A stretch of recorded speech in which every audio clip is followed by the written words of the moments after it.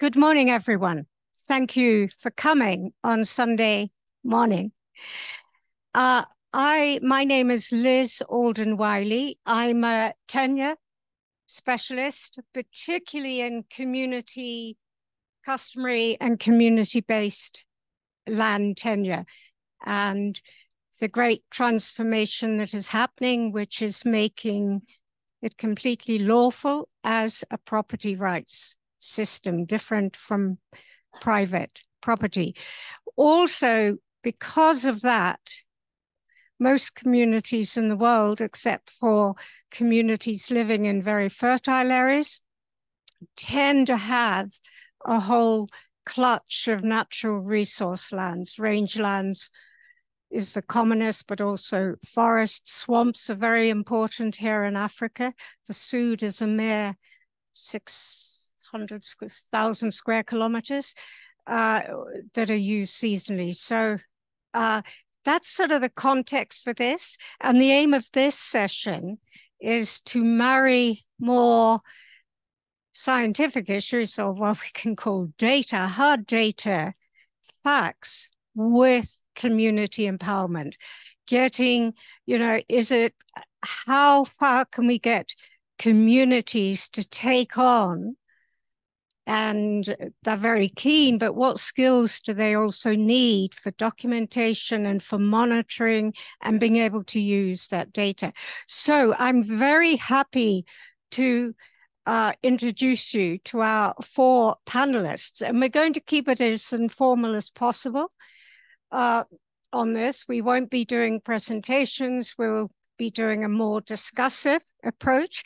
So first, let me introduce you to Dr. Reem Hajjar, who is at Oregon State University and leading the Forest Livelihoods Institution and Governance section research in that university. So this is Reem.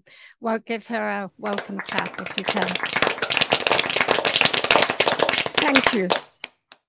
Second, let me introduce you to Lawrence Kiplagat, who lives here in Kenya, comes from a very interesting case where oil, hydrocarbons, and community rights are in profound clash, and he will be speaking about that. Welcome, Lawrence. Third, let me introduce you to Apurva Duddu. Have I said your name right? No, say it. Please. Apurva Duddu. Is that better? Right, okay.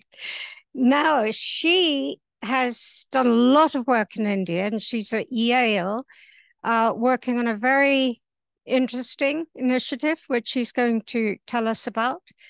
And I'm hoping she's going to be able to give us early examples from her areas where she works in India. And then finally, my old friend Chemutai, David, from Mount Elgon on the Uganda side. He is a leader of the Mosop people, who are hunter-herder-gatherers, have always lived on the mountain, probably for thousands of years. Bit hard to trace exactly when, but that area is now a national park, which the Uganda Wildlife Authority is managing primarily for tourism. The community, he will explain what the community whose land it is, was ancestrally, what they're going to do, and where mapping is coming in as a quite useful tool for them. So thank Chemutai, Katiba. Okay, so to all of you, and Chemutai, I might start with you. Let's sit down. No one needs to stand up. Can you just give us first a quick background on the issue? I don't know if you have a map or two you want to show. Yeah, if you can give us just a short background on the situation and where data collection. In your case, I think you're going to focus on maps, where that comes in. Yeah, thank you so much. I'm Chemutai David, as Liz has introduced. I'm one of the Indigenous from Ugandan side, the Mosop of Benet. Most people have been getting us to be the Benets. If you have read on, this is the Indigenous people. We are hunter-gatherers community, which we are living in Mount Elgon National Park. That is where we were evicted from. And this was done so that they create what we call a Mount Elgon National Park. Despite the fact that it was turned into a national park, we are facing several challenges due to eviction, and the community are not settled. And therefore, we are still trying as much as possible using the mapping so that we see how we can regain our ancestral land. If you look at the issue of the map in Mount Elgon, I think there is that part, and we border the Kenyan side, and on the next map, I think, yeah, that one, that is our land, if you look at it, and on the side of Kenya and then the side of Uganda, we are in that side, and we are at the extreme end up there. And the part which we used to call our ancestral land, of which it is still, because we have our community who are still there. And the challenge which we are facing is that issue of eviction. And this one was turned into a national park in 1993. And it is now being managed by Uganda Wildlife Authority.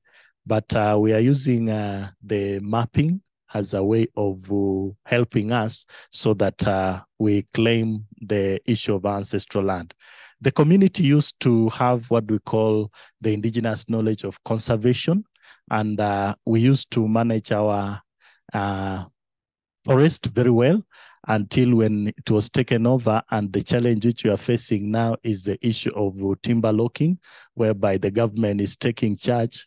And whenever you talk about the issue of conservation using indigenous knowledge, they are not ready to accept it.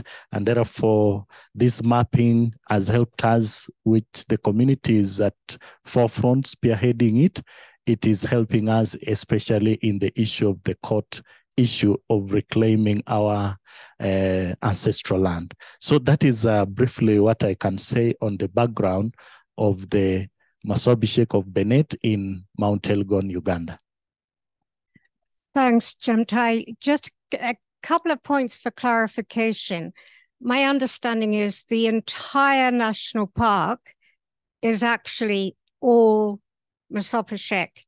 Yes, that is right. True. Yeah. The other thing that I think is very important to know in this case is that you are more than hunter-gatherers, you are herder hunter-gatherers.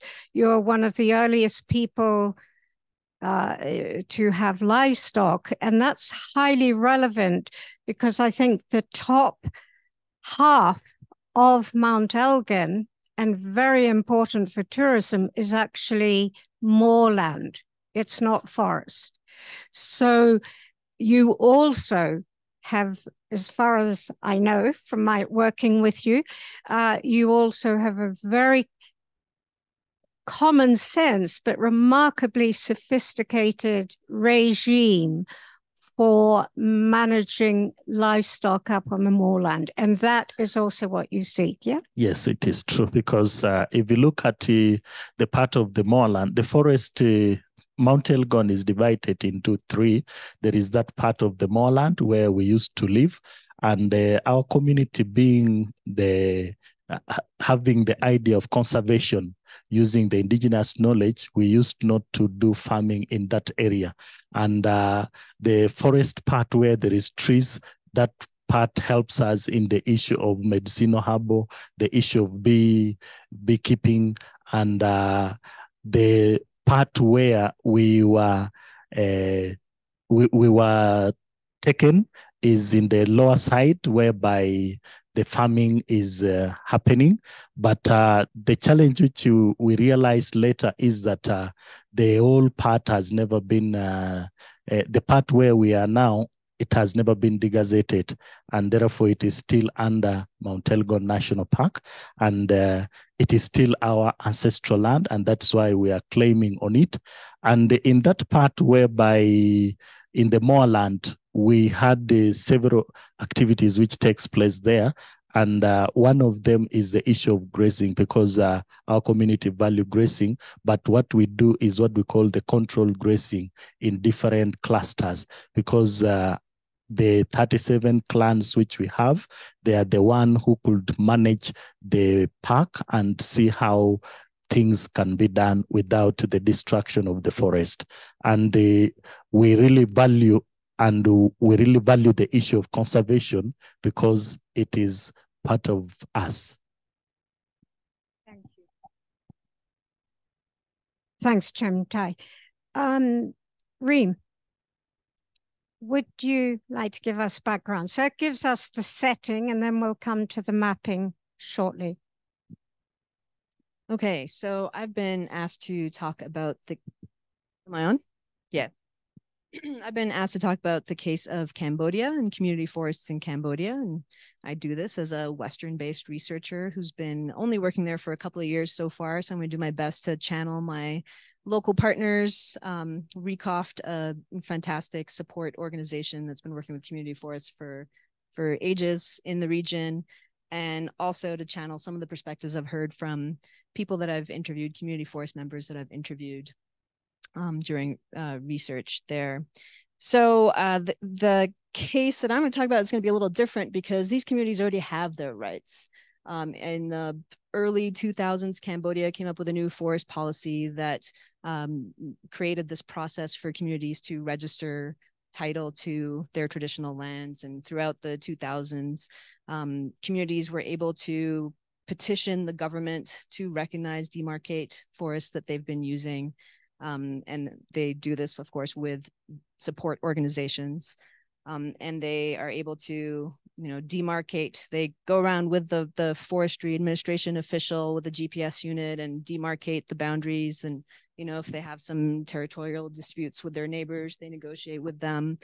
So that process is done, and they go through this lengthy 7-step process to register that and formalize it, and then another 7-step process to come up with management plans and such. And so their rights are established to that forest. And I think we're going to be talking about the sort of ongoing monitoring and what kind of monitoring is happening and what's being, and how that might be leveraged to sort of manage and continue to assert the rights. So I don't know if you want to, do you want me to? That's great. More, or there for now? Yeah, for now, because we'll keep talking. Just a couple of questions, if I may. For how many community-owned forests are there at the moment? So there are 600 some community forests in Cambodia at the moment. And I think the earliest one we know of is around 2008 that it was formalized, and they've been continued to be created since then. Great. Okay, that's going to be interesting. Perhaps the big question is, they have their land rights, but do they have their governance rights? Yeah. Now I'm fighting to say your name, Apurva. Say it however you want to. Would you like to give us a quick background? Thanks. Yes.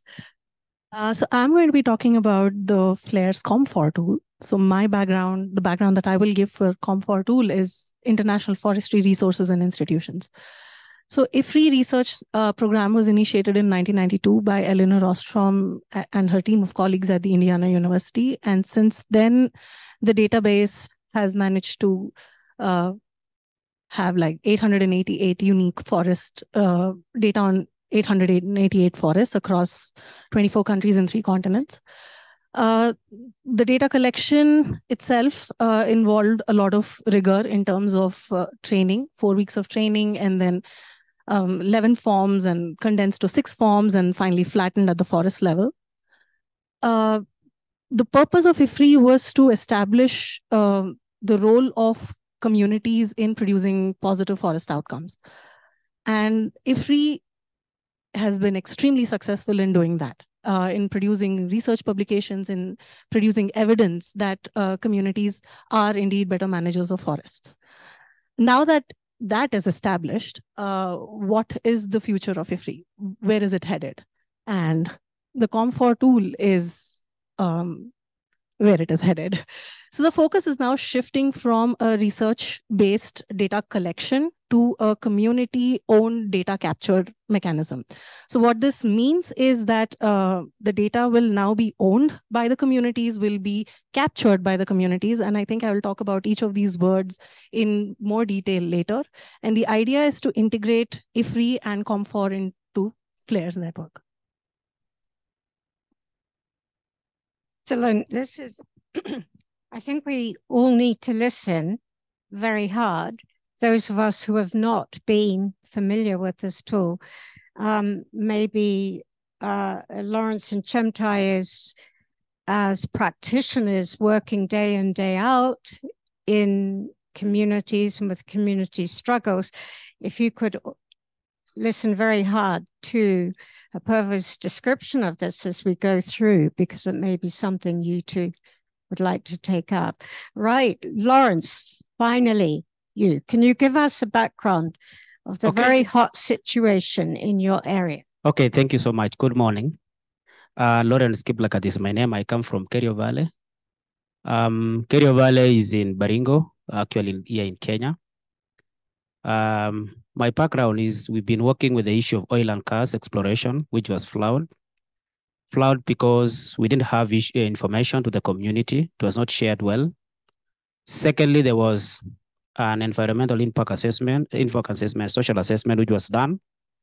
It was not, the stakeholders involved in the project was done by the multinational who was doing the oil and exploration there in Kerio Valley. Because even compensation for land use, restoration of land for farmers who have been affected by the exploration was actually done by the company in a way that is not right. Secondly, the same company was also involved in many other issues, including threats to professionals, including myself from that community, because we were actually supporting the community to get information on actually what's going on. The other issue and the background that I will be sharing later is compensation, which was due as CSR, that is corporate social responsibility by the same companies. And later, that was in 2014, 2015, later in the later stages of the project, another company took over, but the same company actually was not so clear on what actually happened with the issues and grievances which was raised by the community. A dispute resolution was resolved by the World Bank, and I'm very sure some members here maybe could be members of the same. So IFC actually came up with a resolution mechanism, a dispute resolution between us, the community, and members and the company. But later, as we were doing the dispute resolution, the company changed its, deregistered from Kenya, left Kenya, went to Canada, and up to now, we've been told it's a Canadian farm. We have never known the name of the company. Oil exploration has stopped, but we are moving to what we call compliance. So I will be sharing that. And as we do this, I am also the leader of CRICL. CRICL is responsible investment in community land under CLAN. CLAN is Community Land Action Now. Maybe other members may not know. And at the same time, we also have like Turkana Wind Power. We have the oil and gas in Turkana itself. We also have the LAPSET project in Kenya. So I'll be sharing a background of other issues which actually affects communities when projects and multinationals come to the community. And this is so because community-based monitoring is a tool which is inclusive. It must be inclusive. It brings all stakeholders on board. It doesn't choose who to represent and who not to come, because all members of the community actually have a stake and they represent those people, because we are indigenous community, especially in Kerio Valley, especially those in Loyangalan in Turkana, and those in LAPSET project. So thank you and welcome again. Thanks, Lawrence. Just clarify, if you can, how much land of your community land has been taken? I know it's not but is under exploration. I know it's not developed yet. Yes. We've had issues like the one raised by Chemutai of Uganda, especially on the Cambodia National Reserve, which is 87.7 kilometers square. As we were pursuing this, because this was a segment of a national reserve on community land and also on private land of some members of the community. As we were pursuing this around 2012, the case is still on at the National Land Commission of Kenya. As we are pursuing this, another issue of oil and gas came up. So we are pursuing an area of around 21,000 hectares of land. So that is the area we are claiming, and we also want community members to be heard and actually be part of the project. Thanks. Maybe I can leave this on. Great. Okay, so I think you get a bit of a feel for the situations, these four situations: Cambodia, if I can say India, because I'm hoping you're going to come to that, and Uganda and in Kenya. And you can see that already, you know, it's not plain sailing, which accelerates the importance of communities being active monitors of what's going on, also clearly right from the beginning. So, Chemutai, if I can come back to you, can you give us a bit of an outline on, I know you're going to, in this case, speak specifically on mapping. I wonder if you can begin with also telling us how maps can lie, or that not the maps, but yes, maps can be made to lie very easily. I wonder, and sometimes it can go on for, I think it's 25 years in your case. Can you give us just an illustration of that first, and then go on to talk about the kind of mapping the community is doing? Yeah, I think, thank you, Liz, for that question. And on the issue of mapping is that mapping has helped us so much. And I think it is one of the tools which is helping us to reclaim our ancestral land, because if you claim an ancestral land without mapping, it is something which you cannot achieve. And what we do is that this mapping, we have trained the community. We got a support from one of the organization, and one of it is RI, and others who have helped us to train our community to use GPS on how they can do mapping. And this one has helped us as we are in the area whereby called Benet settlement scheme. We always go to that site. Yeah. Yeah, okay. If you look at that area of our ancestral land, there is, we have done mapping in different areas and different clusters. Like if you look at the first cluster, there is a cluster called Chabukut cluster, and there is followed by Piswa cluster, and then Kaborom cluster, plus Tengwapkir cluster. All those are the areas whereby we do mapping, and it is helping us so much so that we identify especially the areas whereby timber locking is happening, whereby the issue of being short, because whenever our community access the ancestral land, we are facing the challenge of Uganda Wildlife Authority shooting the community members. And this one happens because they came up with a policy called 2019 OA Act, and that act was so punitive to the community members, because once you are got in your ancestral land, you are arrested, you are shot, you are tortured, and the animals are impounded.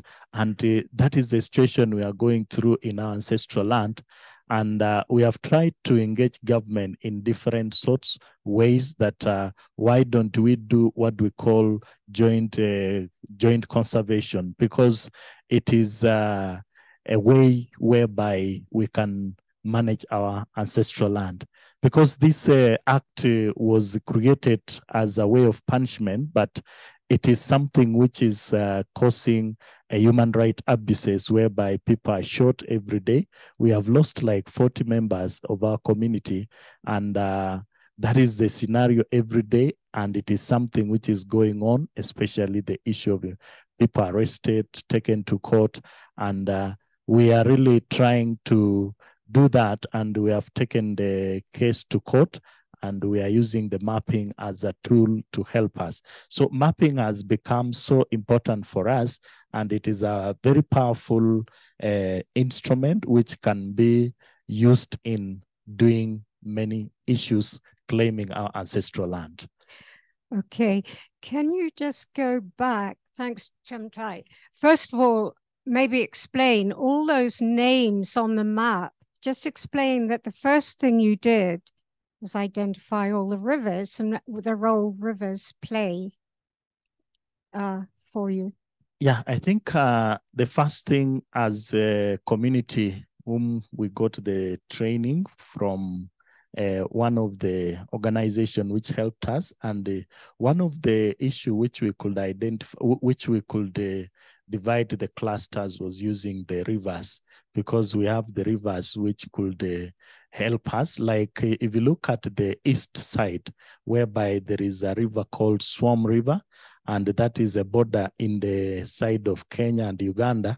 There is a river called Swam up to, from that side up to the side called the River Bukwa, and that forms a cluster called Chebugut. And then from that side of River Bukwa to River Atar, another cluster called Kupiswa.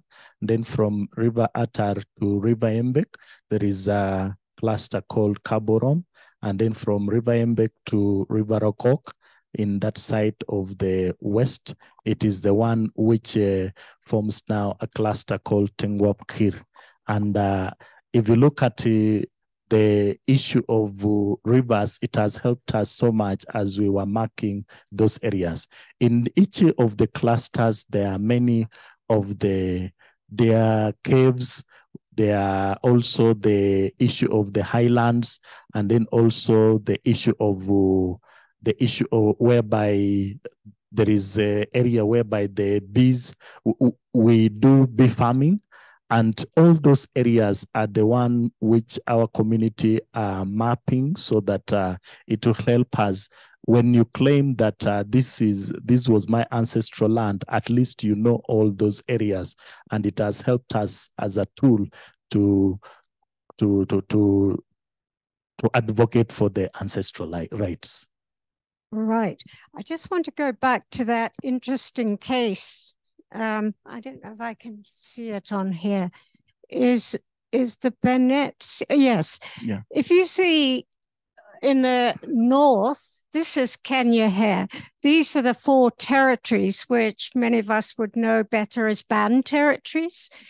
And they're pretty exclusive, like hunter-gatherers tend to do, to those communities.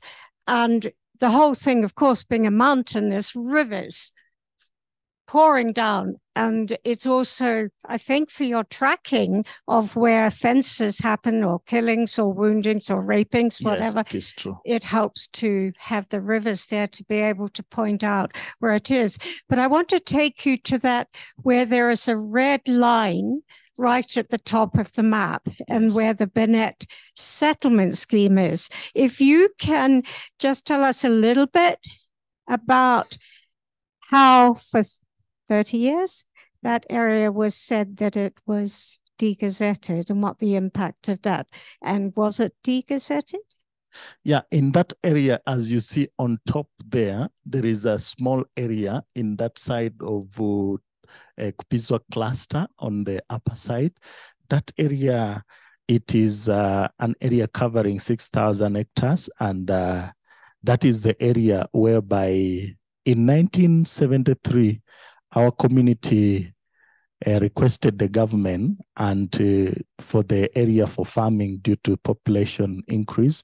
And then it took 10 years for government to accept it. In 1983, they accepted that part of your ancestral land on the northern side can be cut off 6,000 acres for farming, because we used not to do farming in our ancestral land. That is the moorland where we used to live. And therefore, in that side, they told us that they had degazetted it for our community to do farming.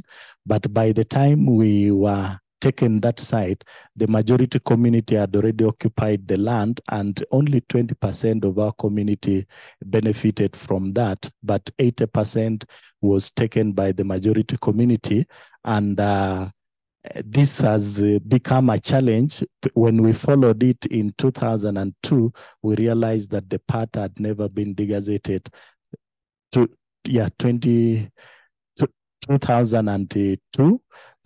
2022, we realized that it has never been degazetted for our community. And that is the challenge which we are facing. And the government has kept on saying that we have already resettled the Mosop of Benet in that area. Therefore, there is no need for them to claim the ancestral land. But that is the challenge which we are facing.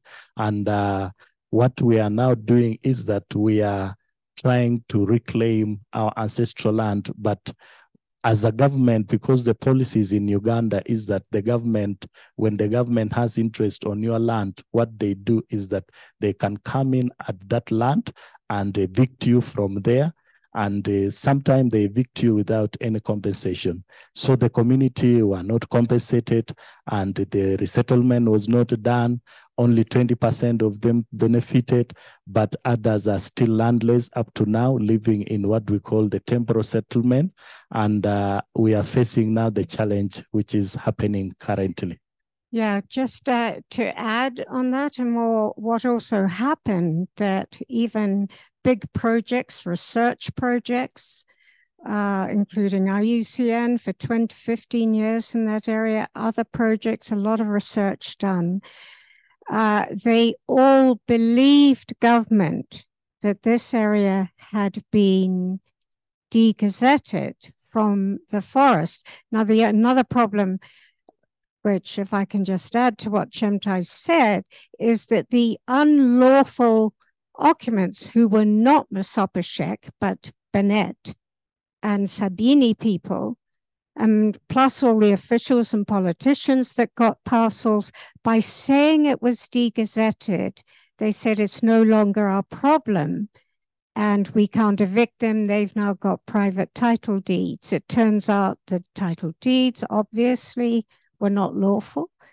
But that took a lot of investigation by Chemutai and his fellow elders to find out what is the real status of this area.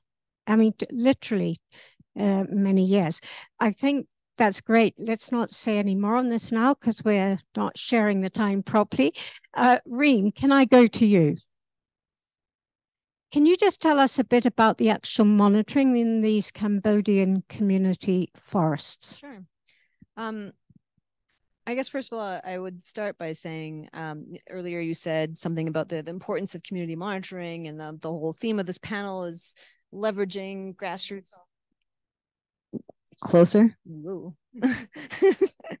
Leveraging data collected by the communities to assert rights. And clearly this is super important in mapping your ancestral lands and all these incidences and such.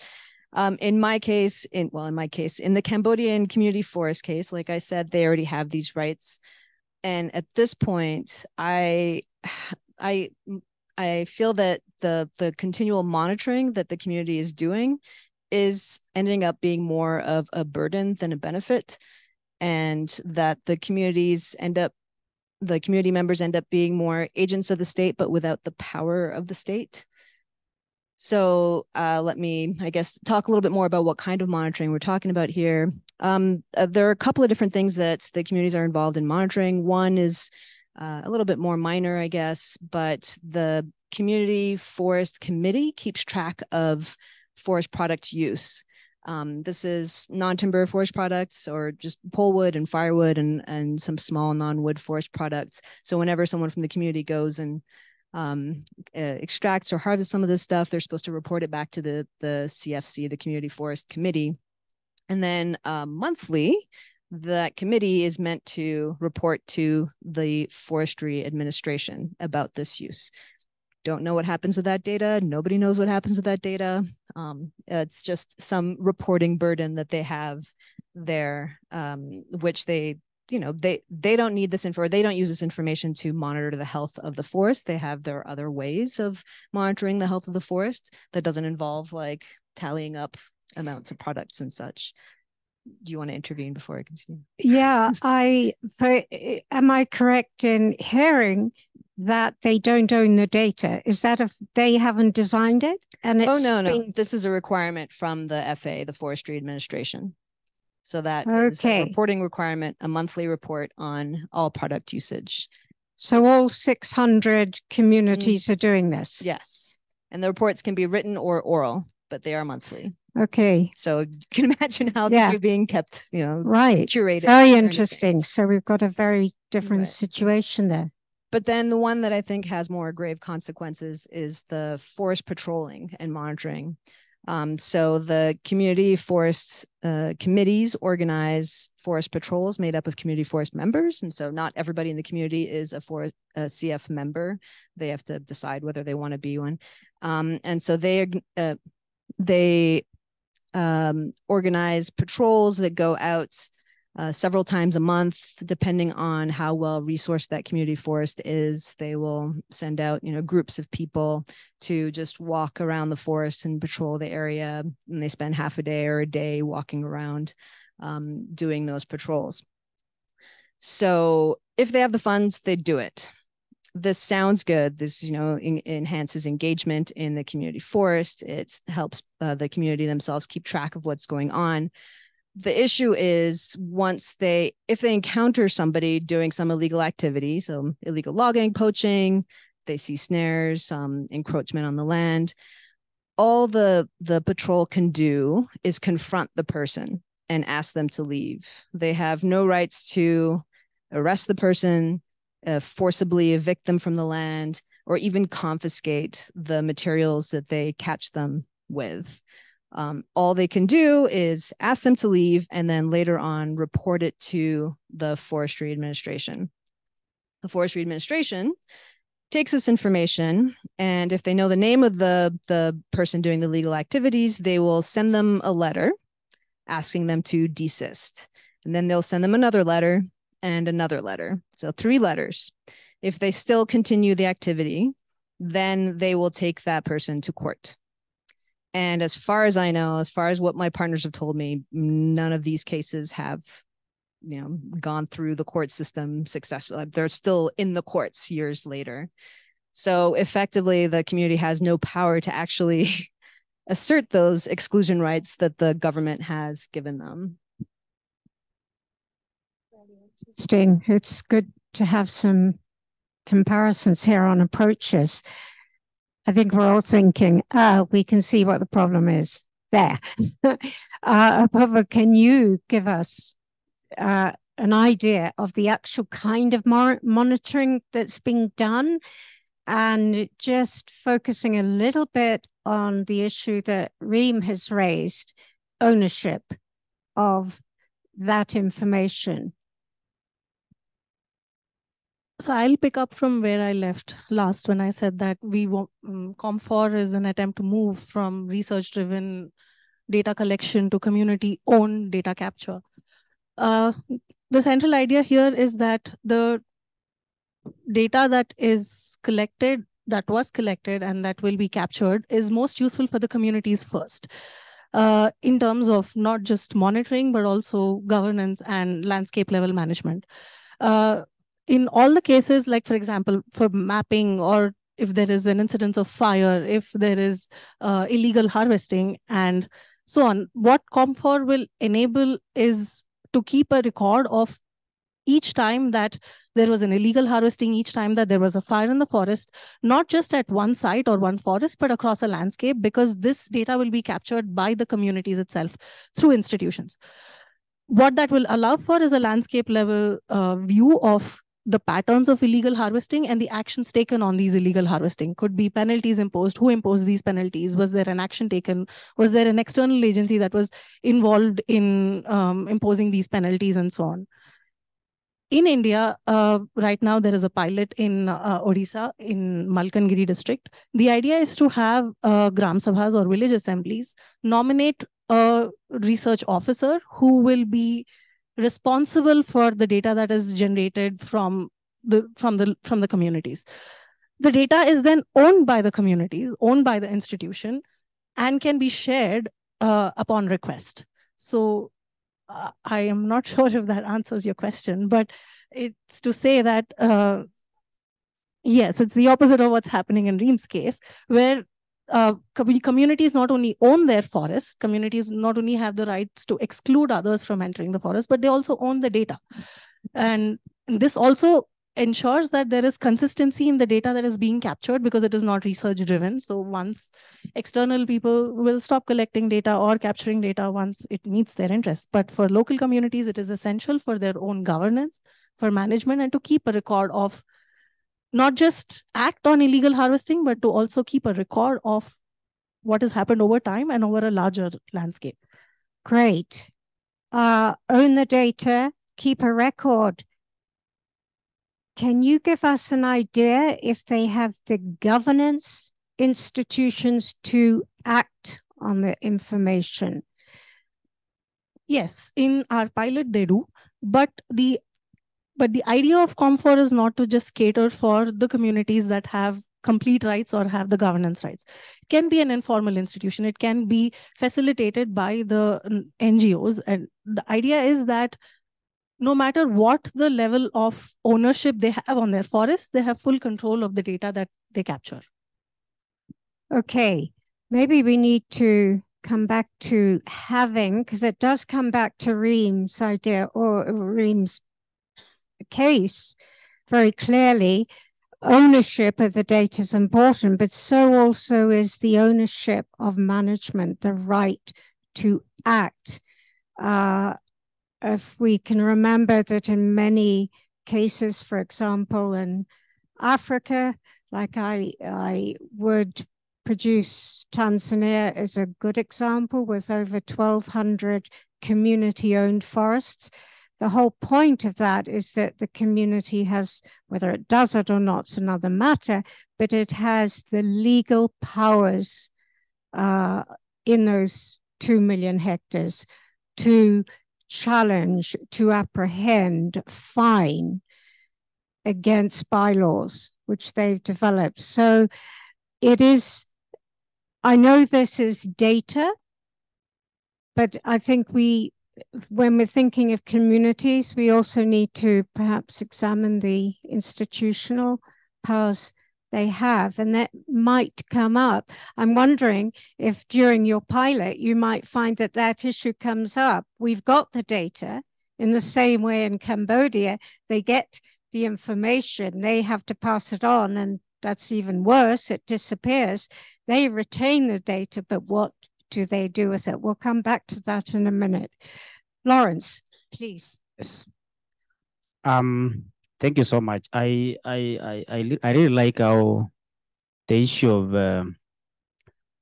you are given 3 letters so that you are taken to court. Kenya, you are seen once, you are shot. That happens to you in Uganda. The way we've done our issue of oil and gas is that we developed a data collection tool for the community, where we really supported the community members, trained around 16 of them from various areas. We are covering an area which is so large. For those of us who understand Kenya, we have counties. We are covering Baringo County, we are covering West Pokot, Samburu, Turkana. Because of that, we select some few members of the community. And because data is key in any other project, we really have to analyze this data. We also need to translate to some of the community members because illiteracy level is so high in some areas.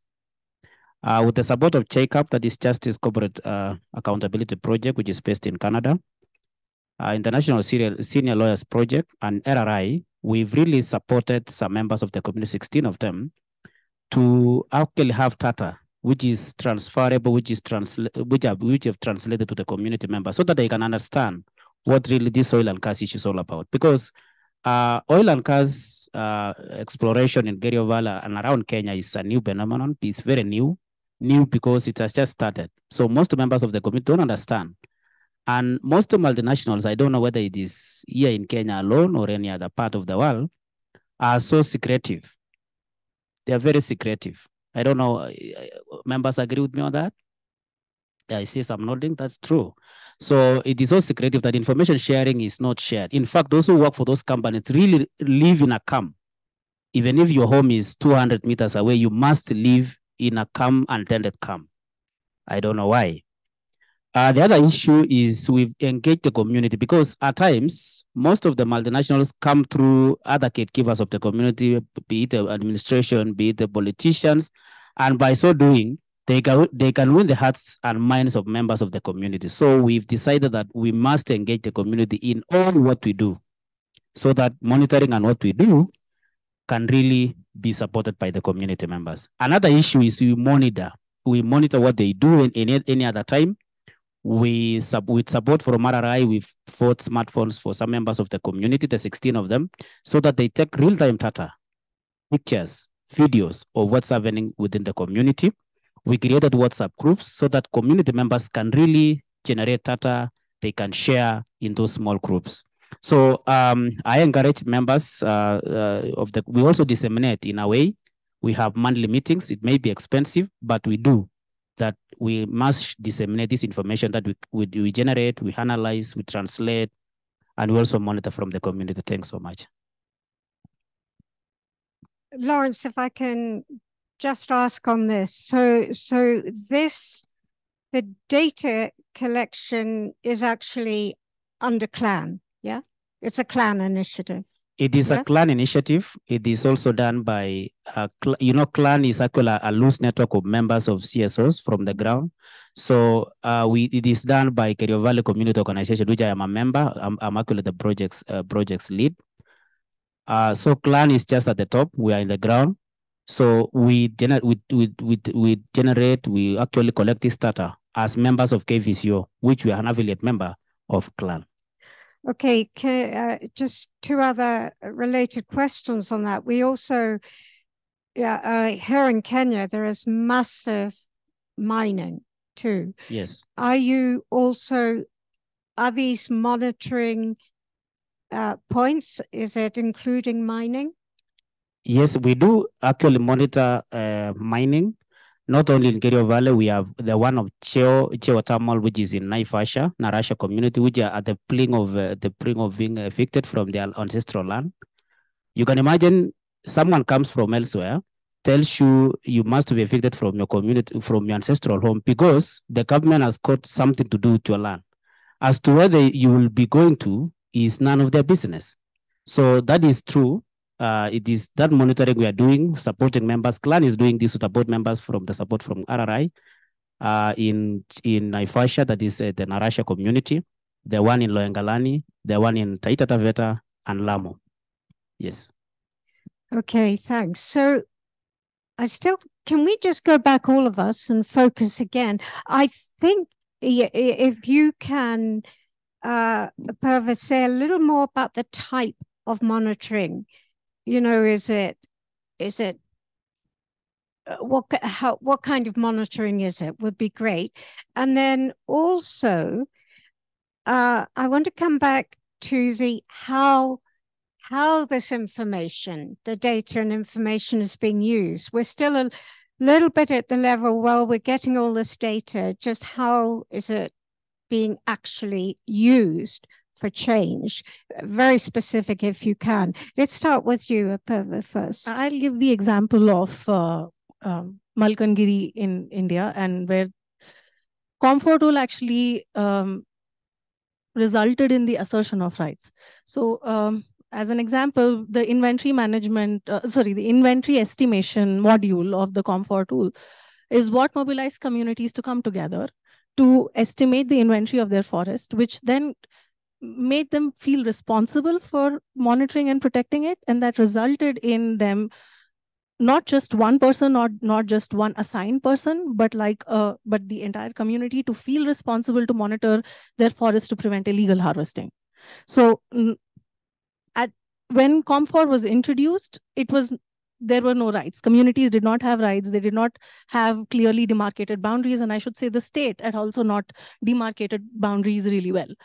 But the boundary mapping application module in the CommFor tool, the inventory estimation module in the CommFor tool, sort of brought the communities together to map their forest boundaries, to submit their claims on the forest land to the government, to then actively follow up to ensure that their inventory is where it should be, and that there is no illegal harvesting. And there is a case where they sort of kicked out the illegal harvesters. They sent that notice back to the government saying that we now have seized the weapons as well as the bamboo, and we are going to put it for auction.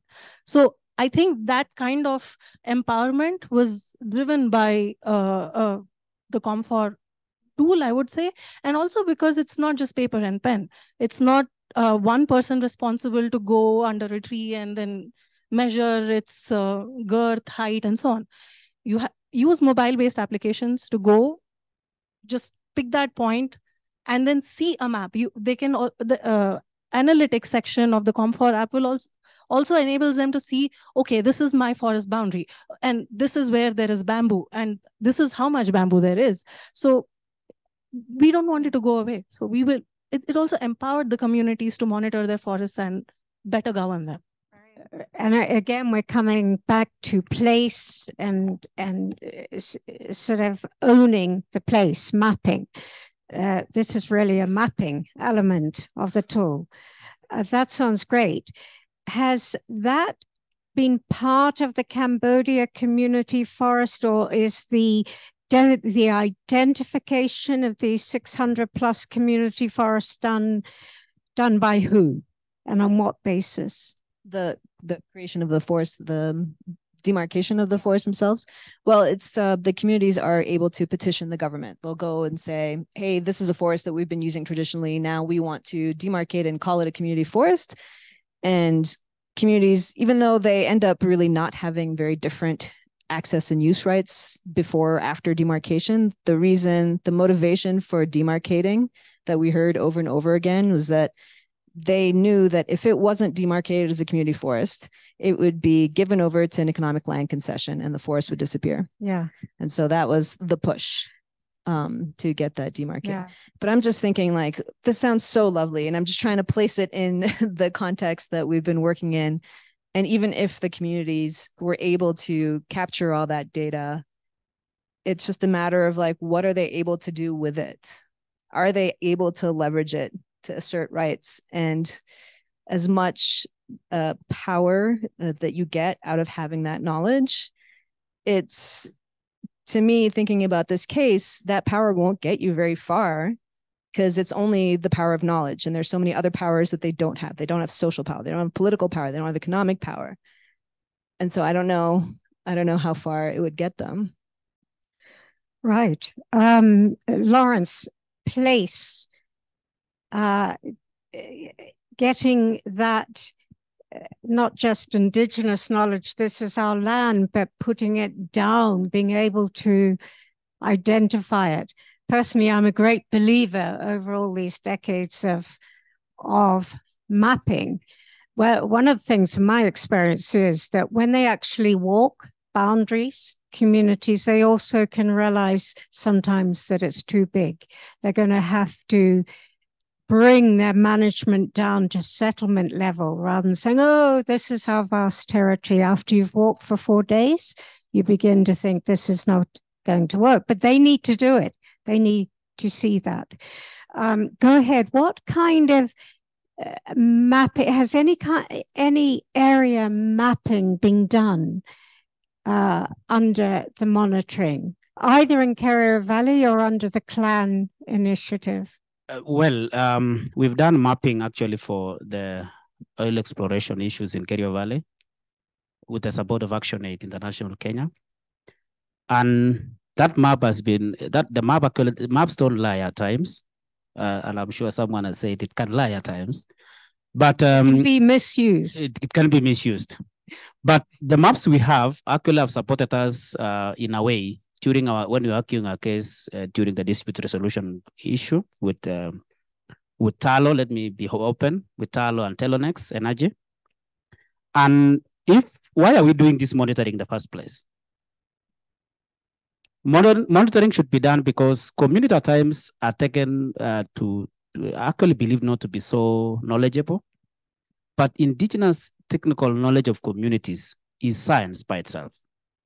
Those communities have lived there. They understand even when you're walking even on a road, we have what we call social engineering.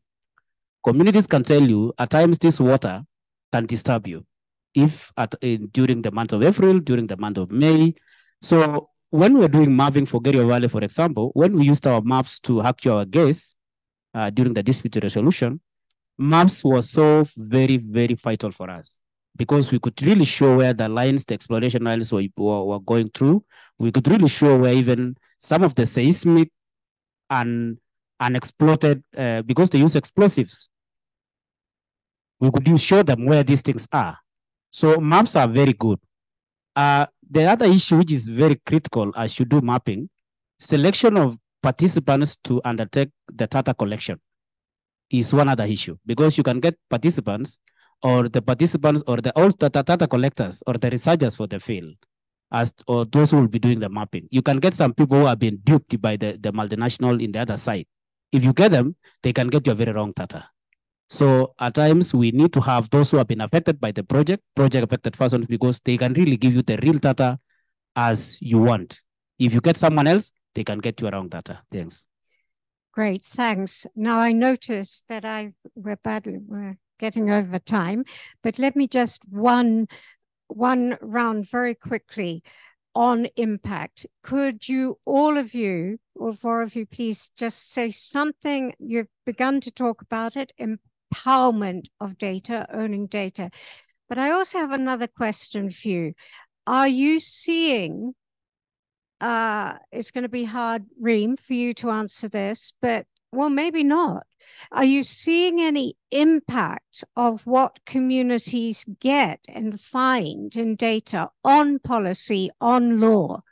It is a constant issue, certainly everywhere where I think we all work in different places, is using the data to change the way things are done. I mean, outstanding example would be in your case, but also and guiding what kind of governance at community level is needed. If you can just give us a few insights very quickly on that.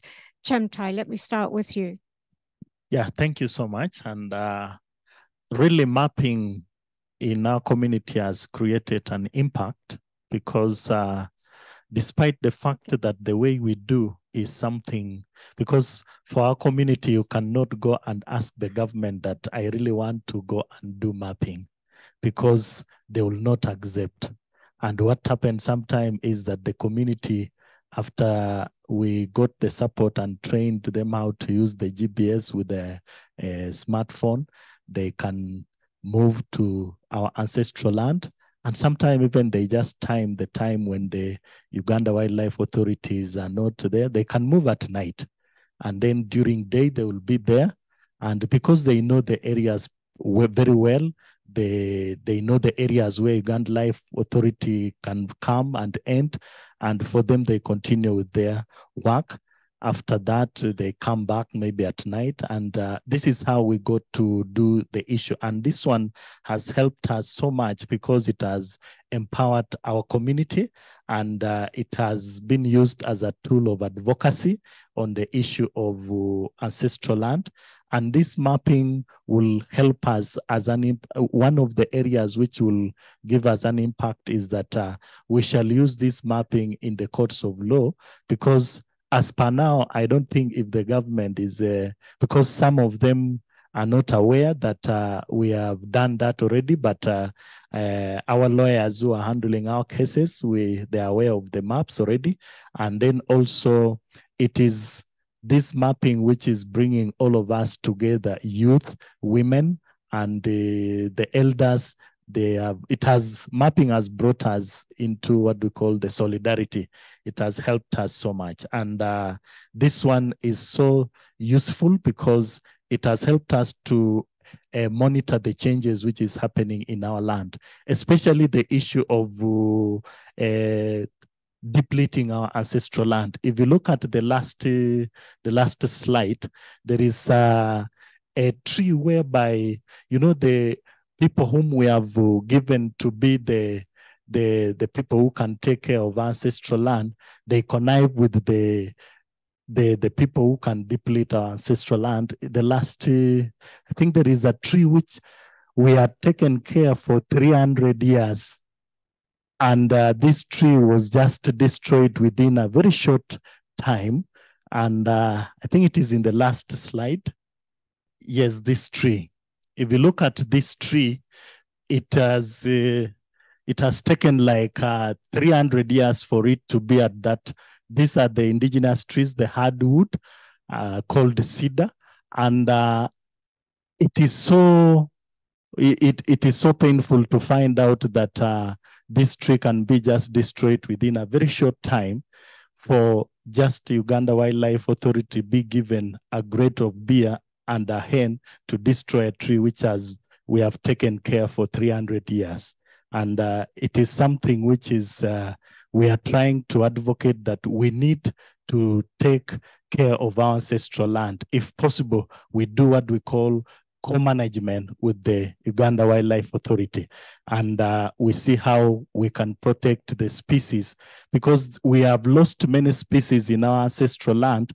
One of it is this one, and there is a species called Elgon tick. It has gone into an extinction, and therefore our community, we are trying to use our indigenous knowledge on how to replace the trees which were destroyed, because the people who are given to take care of our forest were not having that passion, because they are not part of us, and therefore they can do destruction the way they want. And therefore that is the issue which we are advocating, that once we get back our ancestral land, we can take care of it, and we see how we can improve by replacing the indigenous trees which were destroyed. Thank you. Okay, can you just follow up a little bit on my question? If you feel anything that you're doing is having an impact on policy and law, as to very fundamental question at the moment is this basic question: is it possible legally for a community to own a park, an area that is classified as of national importance as a park, or as a reserve? And I'm not talking about IUCN categories here. I'm talking about separating ownership from the conservation status of protected areas. And there are cases, quite a few cases actually, in Latin America. I think Anne could give us some examples. There are also cases, remember, for example, that under the restitution program in South Africa, already 58 national parks and reserves have been restored to community ownership. They retain their status as protected.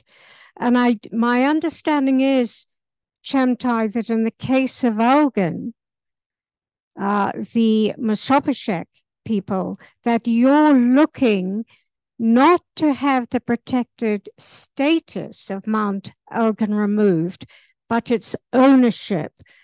So let's say being called, if we're going to use names as symbols, my understanding is you would like it to be called Mosop Community Park. Yeah, I think that is what we are struggling for, to be called Mosop Community Park.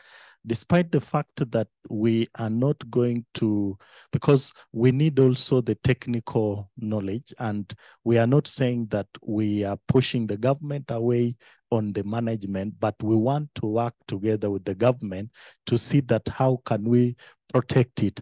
And despite the fact that we have the indigenous knowledge which we use to protect our ancestral land, we are having documentations, because as per now, I'm part of the pioneer of a I'm part of the group which is, we are writing a book of Mosop of indigenous knowledge on conservation.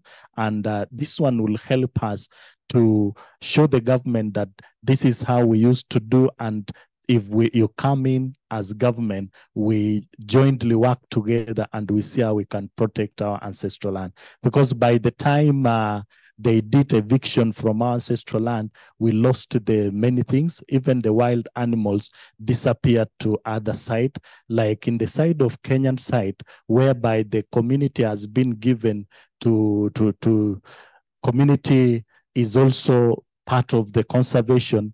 The wild animals had to go to that side.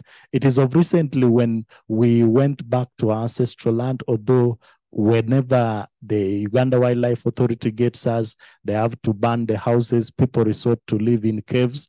And we have realized that the wild animals are coming back, because in our community, we had what we call the totem in preserving the issue of the wildlife. Because if my totem is an elephant, I cannot hunt an elephant.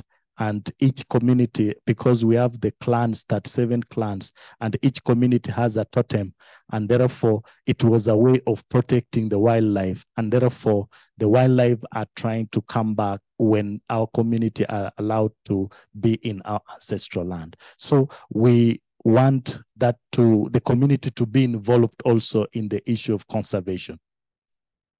Okay, thanks. Reem. Yeah, so I don't want to paint too bleak a picture about Cambodia, and maybe if other people here work in Cambodia, they might want to chime in here. I think it is a mixed bag in terms of impact that the monitoring has been having. And we did visit communities that, they're well-resourced, well-supported communities, well-resourced as in support NGOs, not timber resources or anything like that. And their frequent monitoring, they say, has reduced the number of people who encroach on their lands. People just avoid the area because they know that they're going to run into patrols, and they see a decline in even the number of snares that they're removing over time. So it is, that sort of monitoring has been effective. But then the stories that stick with me are communities that they've had someone encroach their land completely, deforest 3 hectares, burn it down, start to plant. Other people here, another couple of hectares. They know who they are. They know their names. They are on the land, and they're trying to get the Forestry Administration to act, and they're not able to do anything. And this also happens to be a community that is not supported by any external NGO. So, there's very little incentive to keep patrolling, sending people out on patrol when they know that nothing is going to happen with that information. And so we asked them, what would it take to revive this? You just need money for patrols. And they're like, yeah, money, but what's the point if the FAA is not going to do its job? And so they've decided, actually, the week after that we visited, they said they were going to hold a vote to dissolve the community forest and give the land back to the Forestry Administration, because it was just not worth it, all the battling that they've done. So that, to me, sort of indicates that without a proper reciprocal relationship from the higher ups, then they're not going to get very far.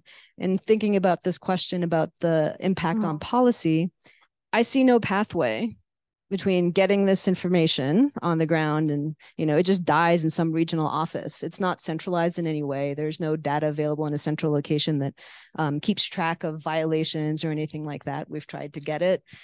So I see no viable pathway for community monitored data to influence policy at this point. And if anything, we've been working with RECOFT on this project to assess impacts of community forestry because RECOFT wants more evidence and information to take to the government to lobby for changes. But they're not getting that from any community monitored data. they're seeking help from us to do sort of remote sensing analyses and large scale analyses to do that kind of a thing that they think would be an influence on policy. Okay, and it sounds like, for example, the communities themselves do not have a network or a solidarity group. Cambodia is just so flush with NGOs. So if a community forest is associated with an NGO, they're probably better off. If they're not, no. Okay, we're learning a lot of lessons, I think, here. This is very interesting. Apurva, would you? I think I will say stuff that is exactly opposite to what Reem has said in terms of impact on policy. So I see that community monitoring or community-owned data can make the lives of at least 4 actors significantly better. In terms of impact, I'll start with the community itself. I think it is useful for them to demonstrate their role as better managers than the state. And not only do that, but also communicate that to the government.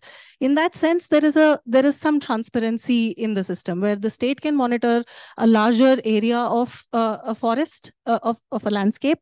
And they're assured that, and processes that are in the back end, like insights generated from satellite data, can demonstrate for a fact, not a perception like it was in the IFRI data, if the tree cover has increased, decreased, or remained the same. So that, I think, is an assurance for the government also, that, or the forest department in the case of India, that communities are actually really good managers of the forest.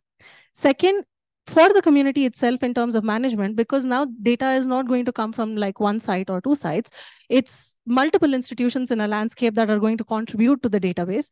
They can also manage the forest, not at the site level or at the forest level as a unit, but across the landscape. And we have seen this happen in Kalimela, where we used the inventory estimation module as well as the boundary mapping module.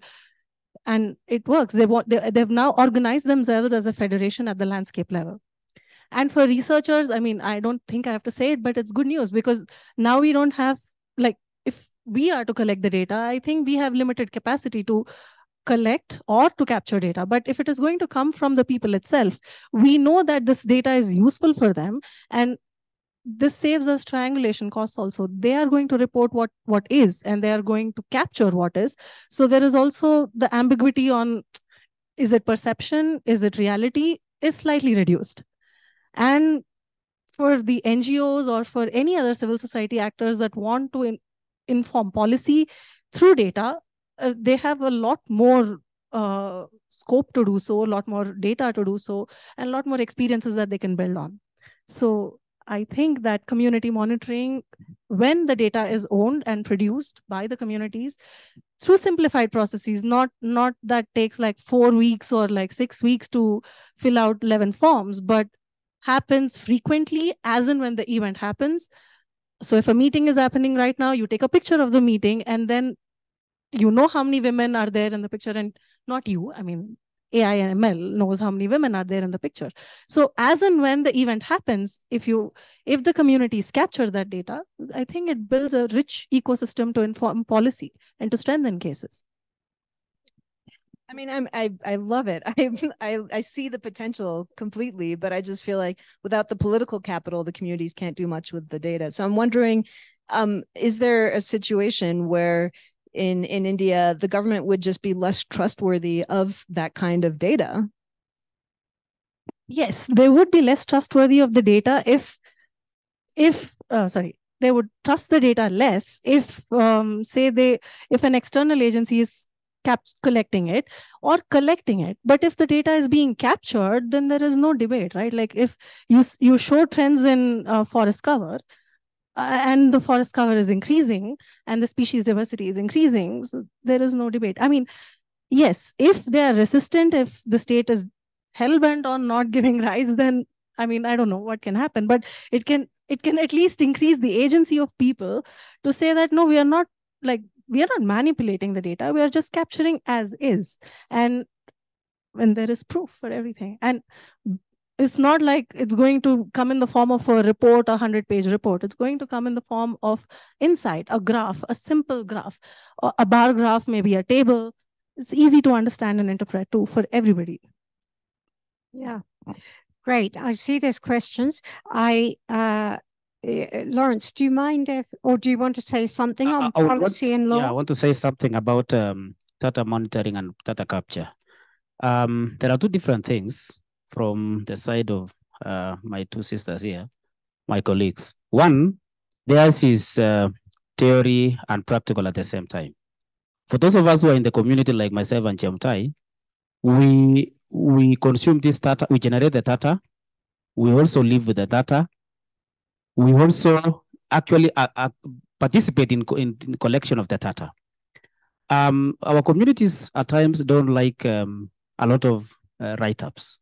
If you communicate with the community members using graphics, if you use pictures, show them the difference between before and after, they will really understand. But if, for example, you want to do data analysis in the community and explain to community what actually has happened, the best way is take them through pictures. They will really appreciate and they will really understand. They will even be attentive to what you are doing. The other side of development in this side of the world, especially in the sub-Saharan, is that most of the development we are doing is politically instigated. Politicians actually tend to turn the community upside down for their own gain. So if you have even data which is good, it can be shared in a wrong way by saying this is wrong data, and they can come with their own data. So it matters, but who actually gives the data, who consumes the data, who shares the data, and who calls the shots in the community. Thank you so much. Okay, thanks. Well, thank you, all of you, but let's have some questions. I'm sorry I've left it so late. I think you were the first question, and then you and Anne, anyone else? Let's take those three first. Thank you. My name is Samson Silantoi.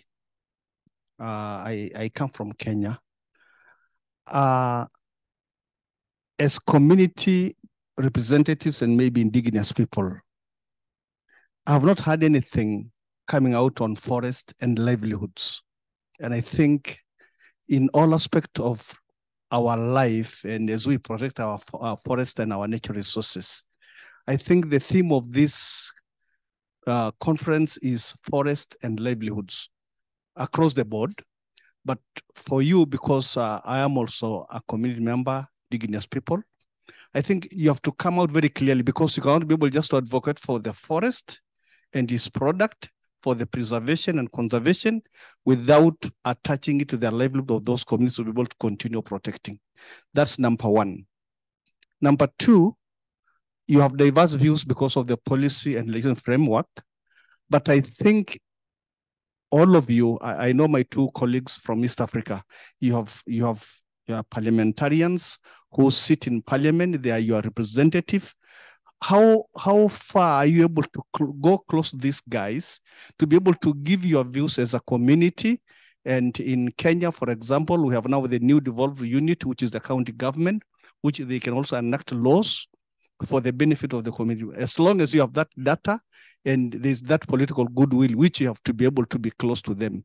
So in the policy framework, what is your position in terms of advocacy to be able to be heard from what you have collected, to be heard on what you have as a community like wildlife or forest, to be able to, so as on your own indigenous knowledge, you're able to convince and it's embedded in law, and now it becomes effective. Because the moment we give data, but it is not translated into law and policy framework, you'll just be having a plain ground, but there'll be no impact in any way or the other. Thank you. Thank you.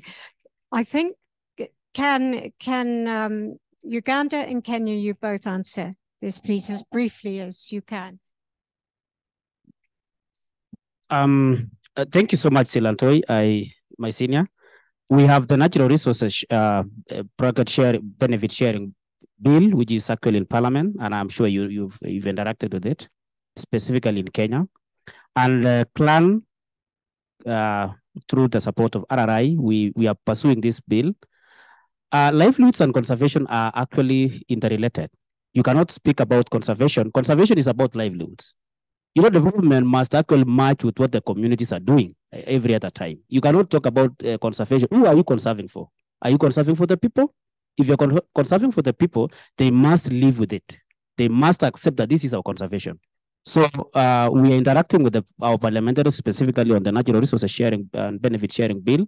And it is a stage, that stage of reading in Parliament. So Selantori, we will participate on that. We are working on it as a clan and its affiliates. So you're welcome to join us on that board. Thank you so much.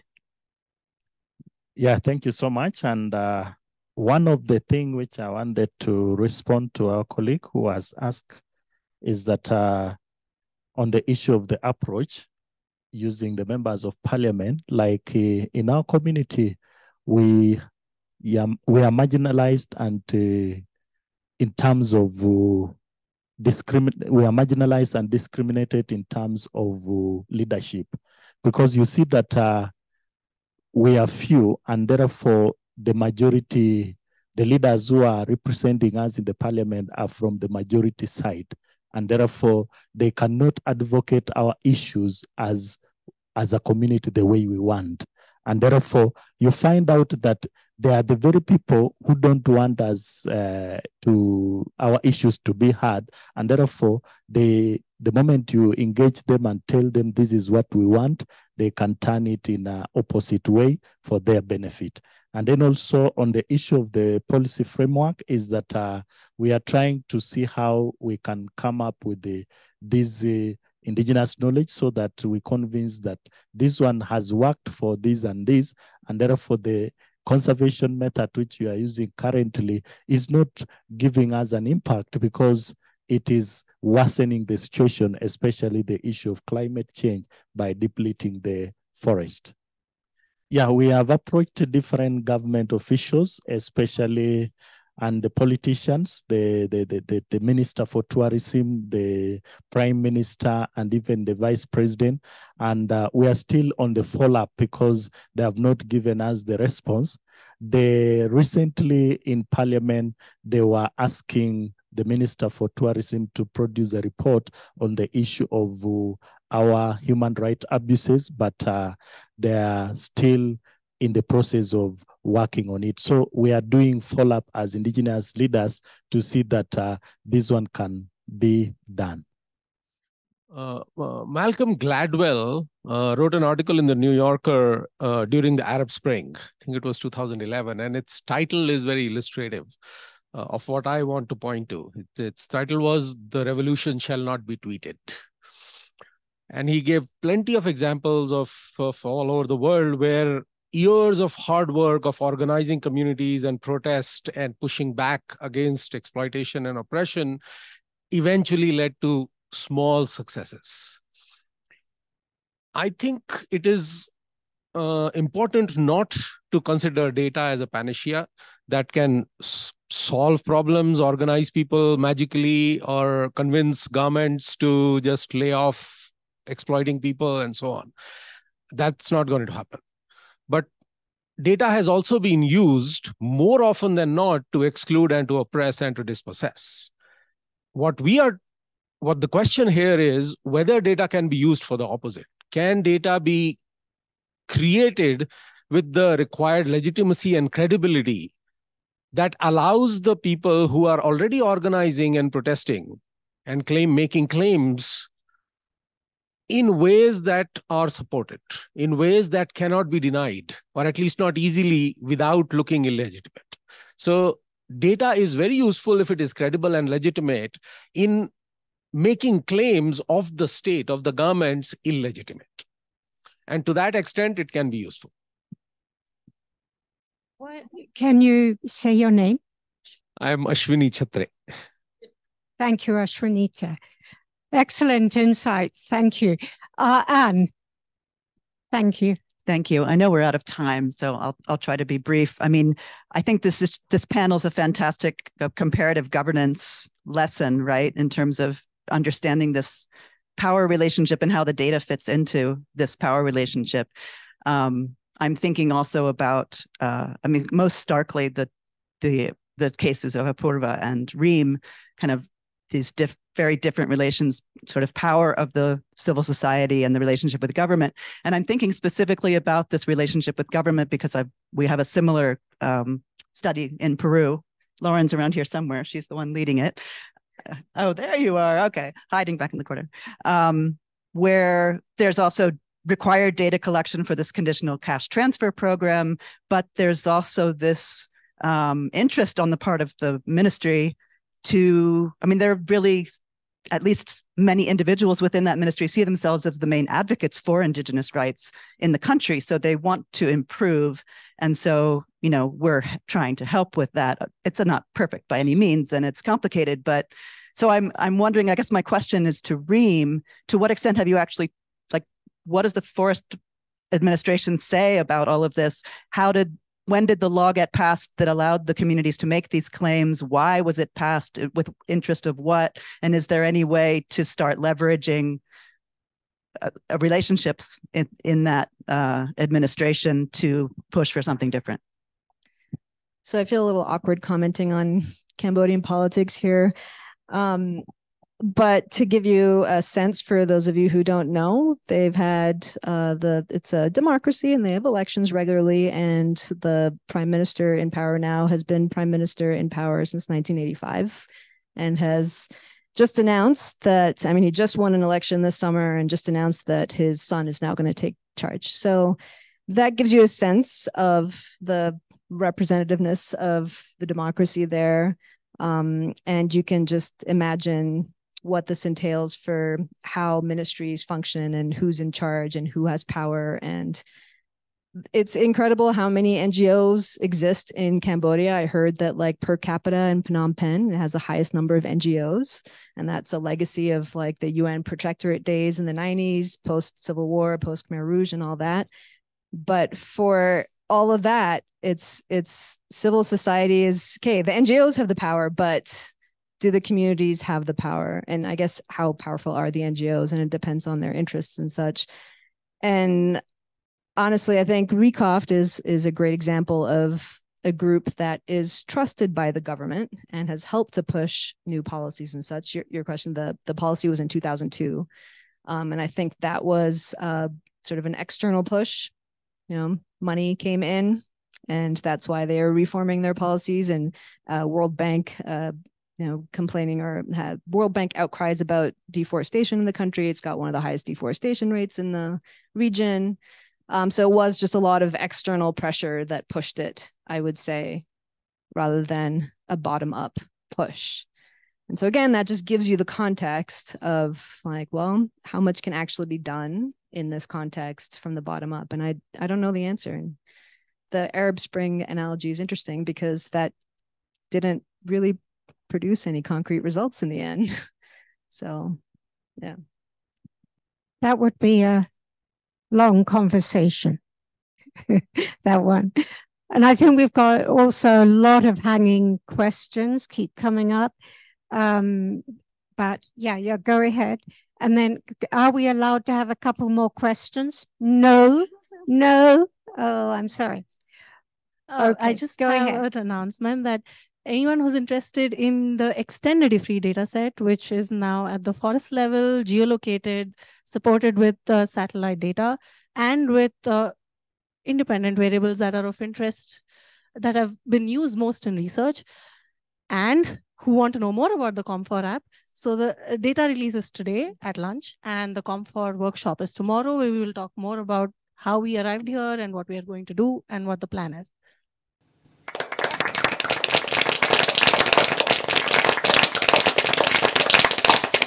Thank you so much. Thank you, everybody. And thank you very, very much. Let's keep talking about these issues.